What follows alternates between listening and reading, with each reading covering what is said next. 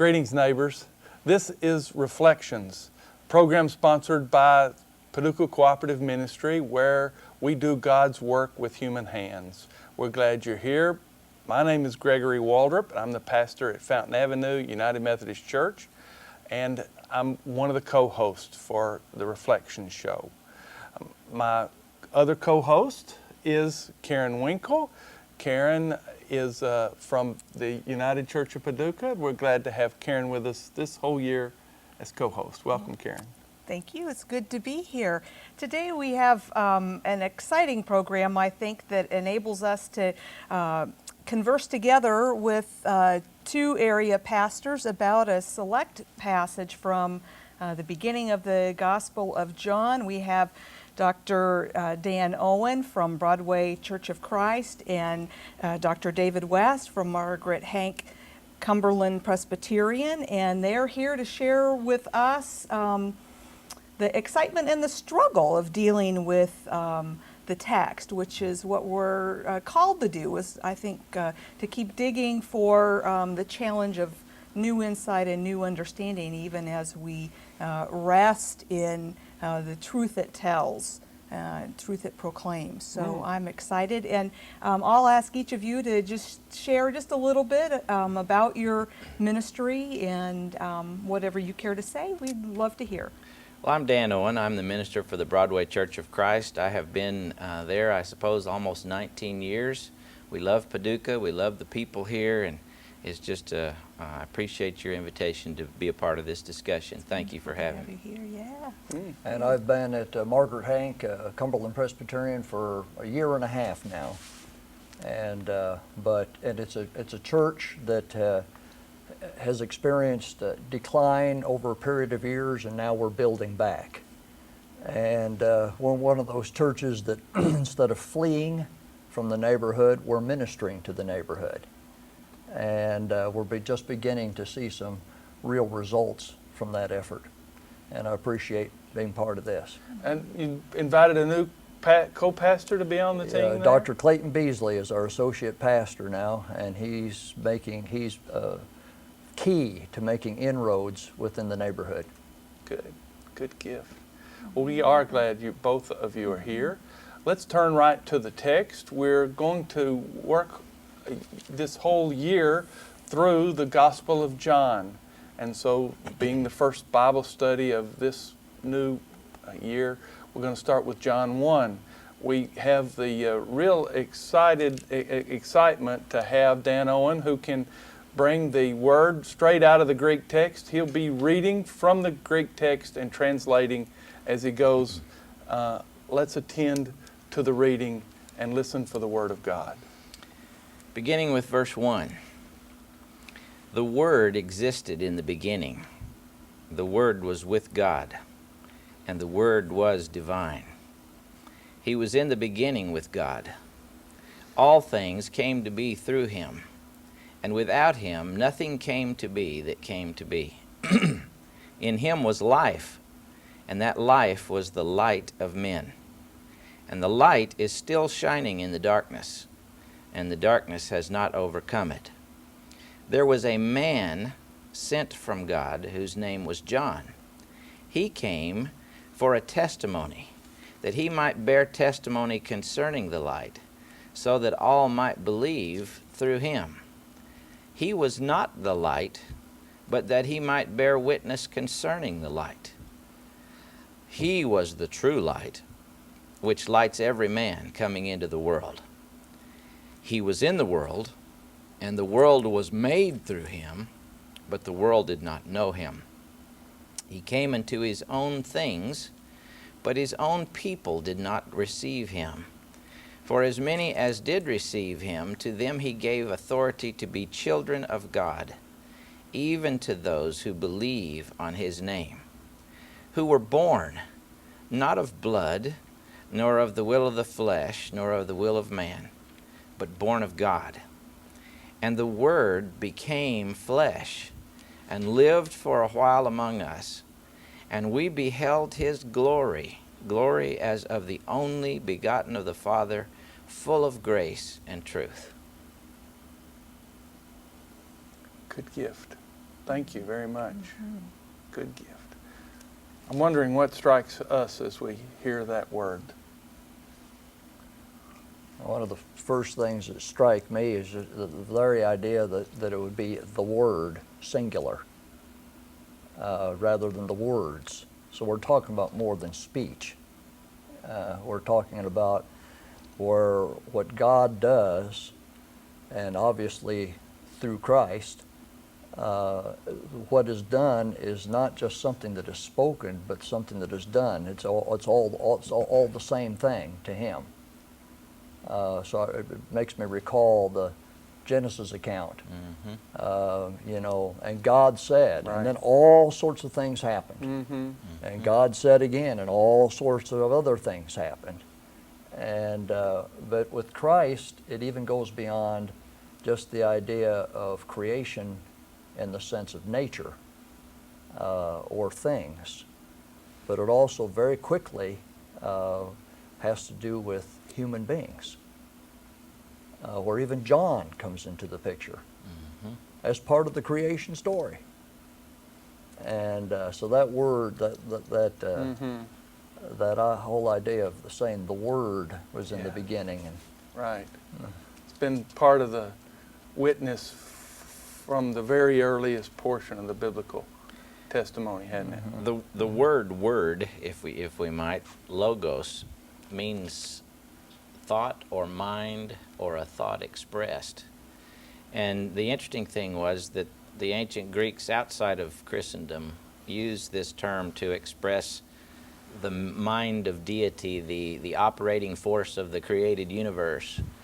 And many Greek philosophers spoke of the logos, but never did any of them say the logos became flesh and lived for a while among us. And particular to me in this is verse 11, where he pulls this all together and says, He, the Word, came unto His own things, and that's neuter plural, which means the stuff He created.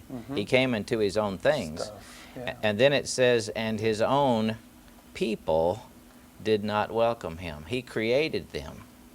But when He became flesh, many of His own people rejected the God who became flesh. And that sets us up kind of for what happens in the rest of the Gospel of John. Right. It is. I mean, that whole, I think it's very interesting, the broader picture about word you're painting, not just an operating principle, but an organizing principle. I mean, there is a sense in which Jesus provides a perspective, a place from which to stand, to understand everything. Absolutely. That in clear and careful and in unified kind of ways. And that's a part of that word, logos. Yes. and very personal. It's just not just, oh, wouldn't it be great to have this wonderful universe, the cosmos? Wouldn't that be wonderful? But it's more than that. We catch a glimmer of a God who's extremely personal and takes things personally. So that's where we come into the picture. And then, but even in the early part of the Gospel of John, he was with God, and he was God. Right. Okay, he was God. He was divine, but he was with God. There's something very personal going on there. Right. Right. The relationship between him and his Father. Later on, it's interesting to me when you look at this prologue, especially the very first part of it, if you compare it to 1 John, the opening of the first letter of John, that which existed from the beginning, that which we have seen, that which we have heard with our ears, our hands have handled concerning the word of life. And again, the emphasis is that even though this is the eternal organizing principle of the universe, God made it very personal, as you said, David, and He became flesh, and our very hands have handled. Right. And you think of Thomas, you know, in the Gospel of John, when he put his hand in the side, and etc. Right. I mean, this is bears witness in a different way, in a really more cerebral way, but it bears the same witness as the birth stories of Matthew, and of Luke. Absolutely. It really sets the stage for this atoning work of Jesus. You know, it wasn't just a martyrdom's death, this first chapter tells us. This is the Word, the Logos, made flesh, dwelling among us, offering himself. And the incarnation, Greg, was so important because in 1 John, he speaks of antichrists who denied that Christ came in the flesh. That's right. And in 1 John 5, he says, the Spirit and the water and the blood testify, and they agree in one. And of course, in John 1, the Spirit said he's the Son of God. But when he died on the cross and that water and blood came out of his side, that said he's a dead man. Yeah. So he was not only a man, but he was God, and those two agree in one. And that's so important to his atonement work, as you said, because if he wasn't a man, then it doesn't matter. Right. It wasn't a sacrifice. If he wasn't God, it wasn't an atonement. It was nothing more than a martyrdom That's right. of a great person. That's right. That shows up in First Colossians, the first chapter, and first chapter in Hebrews also. The very same thing that we're just talking about. The very same theme. Or First Colossians, in Him all things hold together. Everything holds together. But out of that, what does He do? He's also become head of the church. Right. He's the firstborn of the dead. You know, why? So that we can all receive salvation. Right. And then also like I was mentioning, you know, in Hebrews, where there he upholds the universe by His word. But why? Well, what's supposed to come out of that?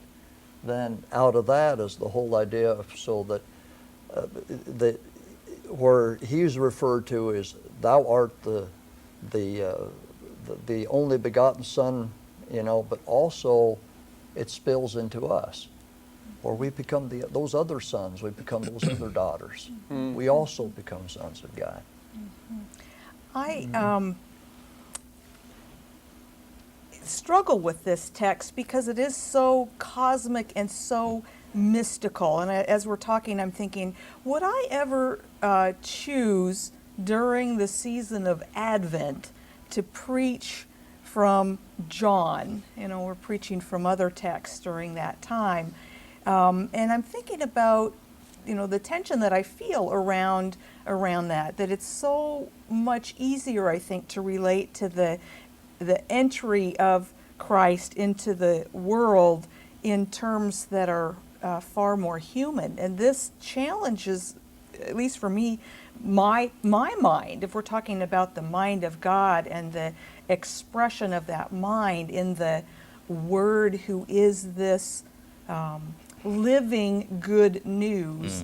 That is so big to me, and I think so confounding, and I need a little something to grab onto. You know, the Word made flesh. It's easier to grab the flesh than maybe the Word part. Let me suggest something on that. In the first century, Platonism was still a philosophy that was quite strong, and in the Greek philosophy, many of them believed that the spirit world was very much more real than the physical world. Right. And the allegory of the cave, you know, it's the shadow that's real and not the person, and the idea of something is real and not the thing itself. And it's to that mindset that John is speaking. This book is written to the Greek-speaking world, not to the Jews, because throughout it he'll say things like Cephas, which is translated Peter, or Rabbi, which is translated teacher, and he's speaking to people who didn't understand Hebrew or Aramaic, that understood only Greek. But the idea that spiritual things are involved, there's birth, but then there's this new birth, this spiritual birth. There's water, but then there's living water, the spiritual water. You know, there's life, like biological, but then there's eternal life. And there's throughout the Gospel of John, there are these spiritual counterparts, bread that and real bread, living bread. So right. Water and living water. he is Yeah. the spiritual realm coming down to earth to be part of us, as David said, and then he's trying to relate all this stuff to people who had this Platonic mindset. Yeah, I think it is, and I know a lot of people think of John and as the most spiritual gospel.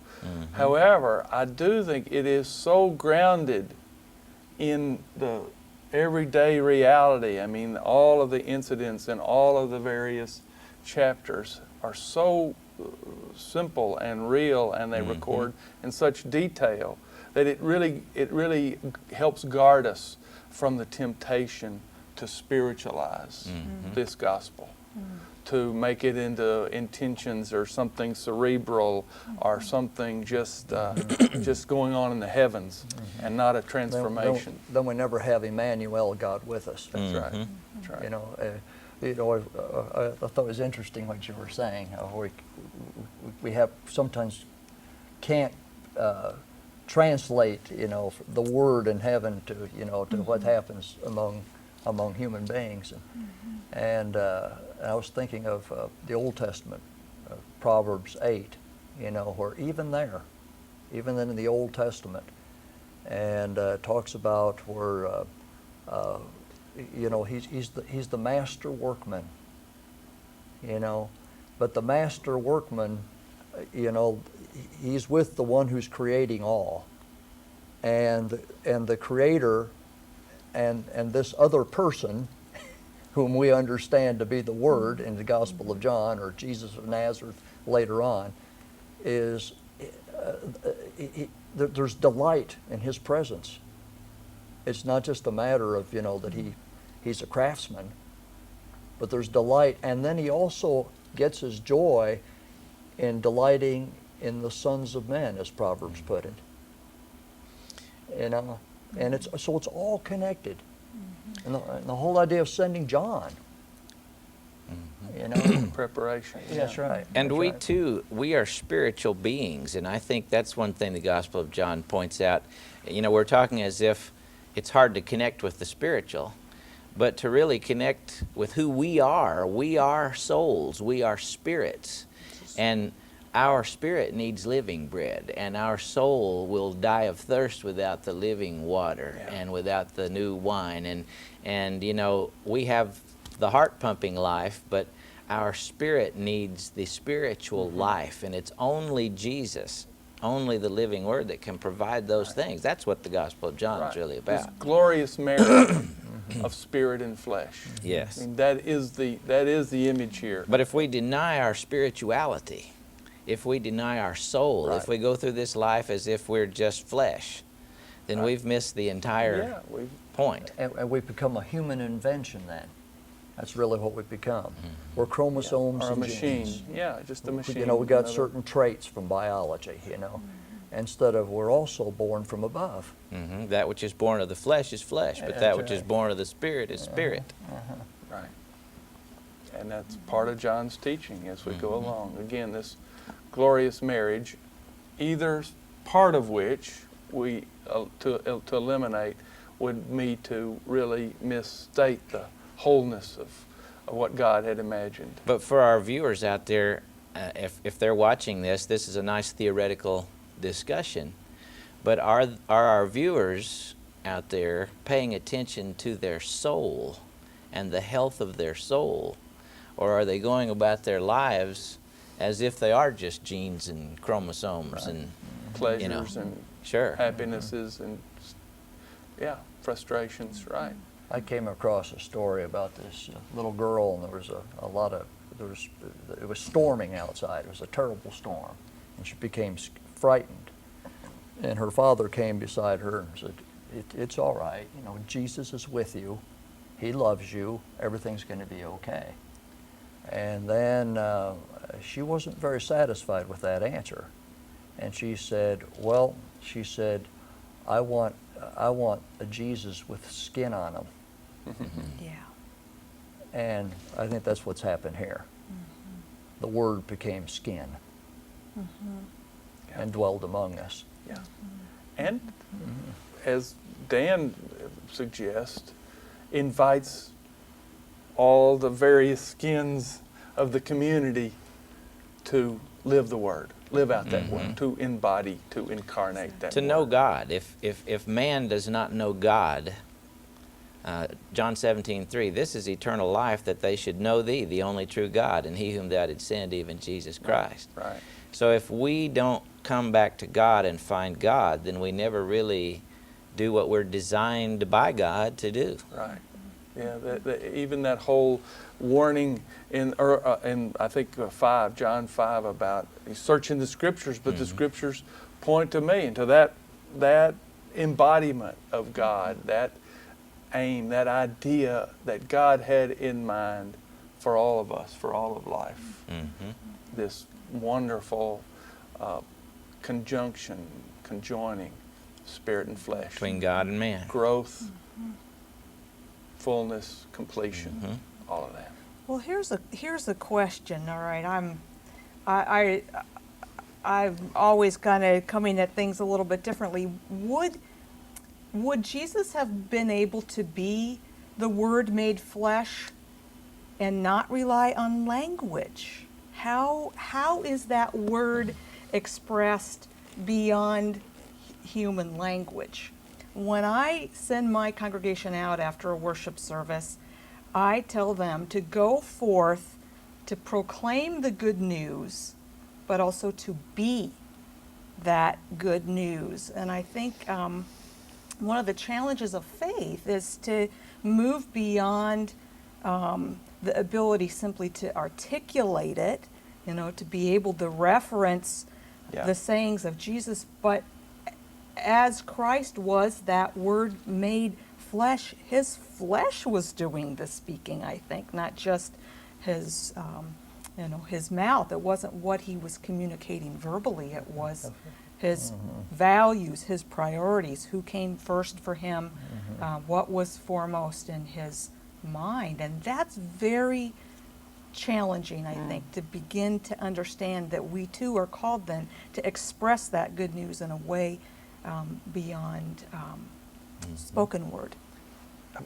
It's interesting, I hadn't thought of it, but that is in part the message of his silence at the in his crucifixion. All those things he let his life speak for itself. He had some confidence that the truth would win the day in the end, and In his trial, he didn't need to defend himself. didn't need words to. Yeah. That flabbergasted That's an Pilate. interesting thing. Why isn't he defending himself?